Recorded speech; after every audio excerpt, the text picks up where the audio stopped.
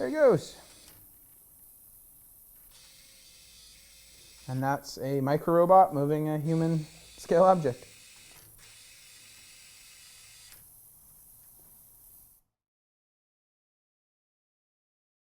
My name is David Christensen. I'm a researcher at Stanford University, and I look into ways that we can make small robots able to apply human-scale forces so that you can have a team of little robotic actuators to help clean your house or move plants around into the sunlight or things like that, despite their size. One of the holdups of micro-robots through time has been they are able to get into small places, and that's great.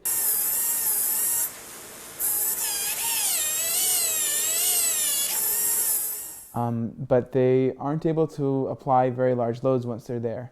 But if you want micro-robots, like in science fiction movies, to really work in our world and perform tasks that are useful to humans in a more macro level, they're going to have to apply human forces. In this case, we've developed a series of small robots. We're calling them micro-tugs. They're about 2.5 centimeters on a side, so about a cube of micro-robot. The ground-based micro-tugs are about 12 grams, and they can move 2,000 times their weight. So that's the functional equivalent of a 70-kilogram human moving a 125,000 kilogram blue whale around on land. And then the climbing version is a 10-gram robot that's able to climb with a kilogram payload, or 100 times its body weight.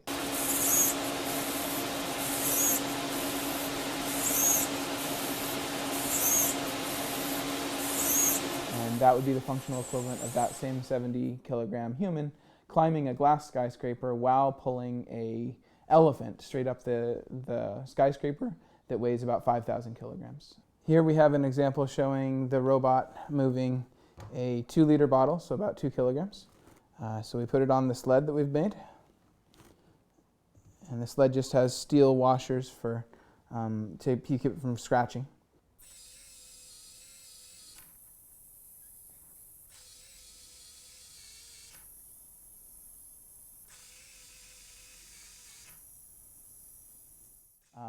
It has on its belly the special adhesive, so it's a rubber. You can see it's just rubber, it's not sticking to my finger. But as it sticks onto the surface and pulls, then it turns on, and then the instant it releases that force, it just pops right off.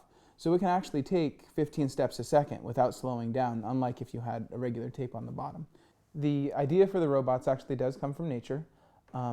Many times when you get small animals like an ant or a spider or an insect, or even geckos or small lizards, they exploit, instead of friction like we use in our world, they exploit a flavor of adhesion where it's sort of like analogous to a tape on all their hands and legs.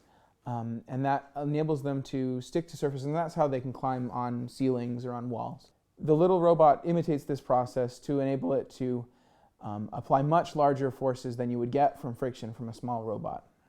So here we have a sample of our gecko material. It's a thin film with the gecko material on one side. So you can see it's not sticky. I can flop it onto this tomato and it doesn't stick. But yet when I lay it down like this, all of a sudden now I've got the tomato in my hands.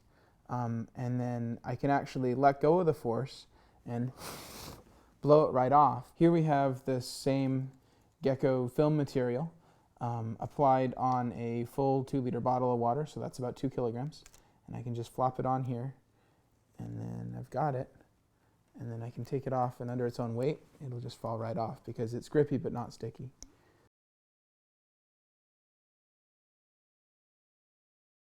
There are some interests in making bigger versions of the robots because from an engineering perspective, the motors and batteries get better.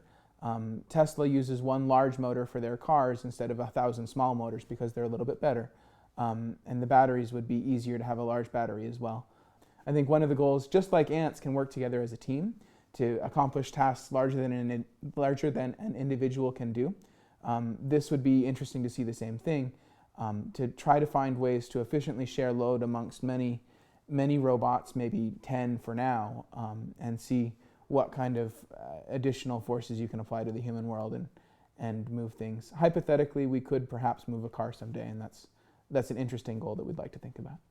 I think there are applications in manufacturing, in eventually search and rescue. When they get better, you could release a swarm of them into a building and they can map the building as well as possibly move rubble around when they need to, or things that are sort of helpful. Just like ants can kind of crawl around a surface and figure out what's there, find things, and then change things, move things around as well.